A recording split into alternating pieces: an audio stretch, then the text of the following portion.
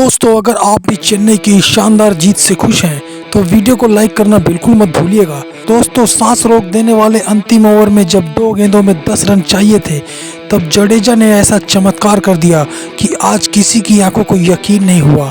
Last over और पूरे match की हाईलाइट का वीडियो आपको दिखाने जा रहे हैं, लेकिन उससे पहले आप सभी को क्या लगता है चेन्नई का अगला कप्तान कौन होगा, जडेजा या गायकवाड? नीचे कमेंट करके ज़रूर बताइएगा। तो दोस्तों, 100 अड़चनों के बाद भी आखिरकार आईपीएल 2023 का फाइनल मुकाबला खेला ही गया, और जब हुआ तो इतना रोमांचक बन गया कि इसकी अंतिम गेंद तक बता पाना मुश्किल था कि इस सांस रोक देने वाले मैच को कौन सी टीम जीतेगी। वैसे तो इस मुकाबले को रोका गया 28 मई के दिन बारिश के द्वारा, लेकिन अंततः जब इस फाइनल मुकाबले को खेलने के लिए 29 तारीख को मैदान पर उतरी दोनों टीमें, तो कब 30 तारीख आ गई किसी को पता भी नहीं चला। लेकिन इसी बीच हमें दिखी गुजरात की फाइनल वाली धाकड़ बल्लेबाजी। गुजरात की टीम अपने घर में खेल रही थी, बशर्ते इस बात के कि टॉस जीतकर MS धोनी ने पहले गेंदबाजी चुनी। उसके बावजूद भी मैदान पर गुजरात के खिलाड़ियों का परचम कुछ ऐसे लहराया कि उसे धोनी भी नहीं रोक सके। एक वक्त पर साहा ने 39 गेंदों में 54 रन जड़ दिए थे, 5 चौके और 1 छक्के लगाकर। शुभमन गिल भी 20 गेंदों में 39 रन लगा चुके थे। ये सलामी जोड़ी 6 ओवरों में अपनी टीम को 61 रन तक पहुंचा चुकी थी, और सबको अंदेशा लग चुका था कि आज 200 रन तो लगेगा स्कोर बोर्ड पर, और ऐसा हुआ भी। लेकिन इन दोनों खिलाड़ियों की वजह से नहीं, बल्कि एक ऐसे 21 साल के प्लेयर की वजह से जिसका होमवर्क आज धोनी भी नहीं करके आए थे। दोस्तों, हम बात कर रहे हैं साई सुदर्शन, जिसने आते ही 47 गेंदों में 8 चौके और 6 छक्के जड़कर 96 रन की पारी आज चेन्नई के खिलाफ खेल डाली। उनकी यह पारी गुजरात की टीम को बड़ी आसानी से 200 रन के पार ले गई और स्कोर बोर्ड को पहुंचा दिया 214 रन पर। दोस्तों, पांड्या ने भी 12 गेंदों पर 21 रन लगाए थे और जाते जाते बची कुची कसर पूरी कर गए थे जो चाहिए थे अपनी टीम को जिताने के लिए, और इस तरह पहली इनिंग सफलतापूर्वक हो गई। अब चेन्नई के सामने लक्ष्य था 214 रनों का इस मुकाबले को जीतने के लिए और 5वीं बार आईपीएल का चैंपियन बनने के लिए। लेकिन जैसे ही मैच शुरू हुआ तभी चेन्नई की जीत के बीच बारिश रोड़ा बनकर खड़ी हो गई, जिससे मैच वहीं पर रोकना पड़ा, और वो भी थोड़ी देर के लिए नहीं, 3 घंटे की देरी से। जब ये मुकाबला फिर से शुरू हुआ तो इस मुकाबले में काफ़ी कुछ बदल चुका था।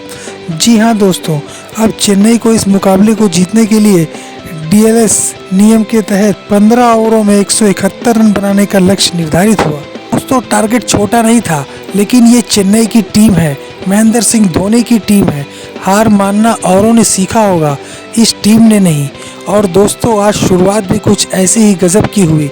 ऋतुराज गायकवाड और डॉन कॉनवे ने मिलकर टीम को एक ऐसी ज़बरदस्त शुरुआत दिलाई जिससे कि चेन्नई की उम्मीदें इस मुकाबले में बढ़ गई थी, क्योंकि जहां गायकवाड ने पारी की शुरुआत करते हुए 16 गेंदों में 3 चौके और 1 छक्का लगाकर 26 रन की पारी खेली, वहीं दूसरी तरफ डॉन कॉनवे ने 25 गेंदों में 4 चौके और 2 छक्के लगाकर 43 रनों की महत्वपूर्ण व ताबड़तोड़ पारी खेली। इसी बीच पारी के 7वें ओवर में चेन्नई की टीम के साथ कुछ ऐसा होता है दोस्तों, मुकाबले में एक नया मोड़ आ जाता है।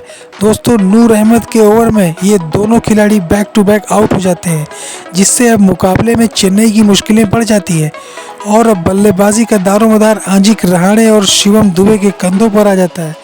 दोस्तों, रहाणे अल्टीमेट फॉर्म में रहे हैं पूरे सीजन में, और इस बार भी 2 छक्के जड़कर 6 गेंदों में 16 रन कब लगा देते हैं पता ही नहीं चलता किसी को।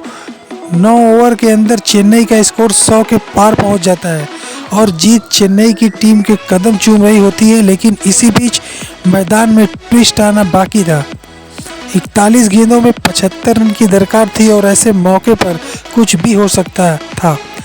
ऊपर से फाइनल का प्रेशर अलग से था, लेकिन फिर वो हुआ जिसकी किसी ने कल्पना भी नहीं की थी। दोस्तों, अगर आपने रहाणे और शिवम दुबे को कम आंक लिया है तो ये आपकी गलती है, क्योंकि आज इन दोनों खिलाड़ियों ने अपने बल्ले से मैच को पलट के रख दिया था। रहाणे ने जहां 11 गेंदों में 26 रन बना चुके थे, तो वहीं शिवम दुबे ने एक ओवर में दो बैक टू बैक दो छक्के लगाकर इस मैच की कहानी ही पलट दी थी दोस्तों। तो यहाँ तक शिवम दुबे भी 14 गेंदों में 25 रन बना चुके थे, लेकिन इसी बीच रहाणे बड़ा शॉट मारने के चक्कर में ज़रूर आउट हो गए। लेकिन रायडू ने जो किया अपने अंतिम मैच में वो चेन्नई के फैंस ज़िंदगी भर नहीं भूलेंगे। 13वें ओवर में मोहित शर्मा को इस खिलाड़ी ने छक्का जड़ा और फिर चौका और फिर छक्का जड़कर रायडू इसी ओवर में 8 गेंद पर 19 रन जड़कर आउट भी हो गए। लेकिन जाते जाते वो अपना काम कर गए थे, क्योंकि अब जीतने के लिए चेन्नई सुपर किंग्स को 14 गेंदों में 22 रन चाहिए थे और 6 विकेट उनके हाथ में थे। और अब मैदान में एंट्री हुई कप्तान MS धोनी की। लेकिन दोस्तों जैसे ही धोनी मैदान पर आए वैसे ही पहली गेंद पर वो बिना खाता खोले 0 पर आउट हो गए और स्टेडियम में सन्नाटा पसर गया। ये लगने लगा था कि मैच अब चेन्नई के हाथों से गुजरात टाइटंस ने छीन लिया है। लेकिन अभी मैदान पर चेन्नई का एक शेर मौजूद था, चेन्नई का वो शेर जिसने आज इतिहास रच दिया अपने बल्ले से। दोस्तों हम बात कर रहे हैं रविंद्र जडेजा की। अंतिम ओवर में 14 रन चाहिए थे और सामने गेंदबाजी के लिए चेन्नई की कमर तोड़ देने वाले घातक गेंदबाजी कर रहे मोहित शर्मा थे।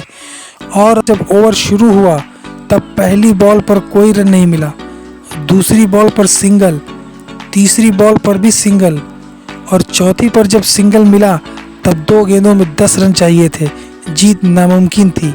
तभी जडेजा ने स्ट्रेट डाइव करते हुए छक्का जड़ दिया।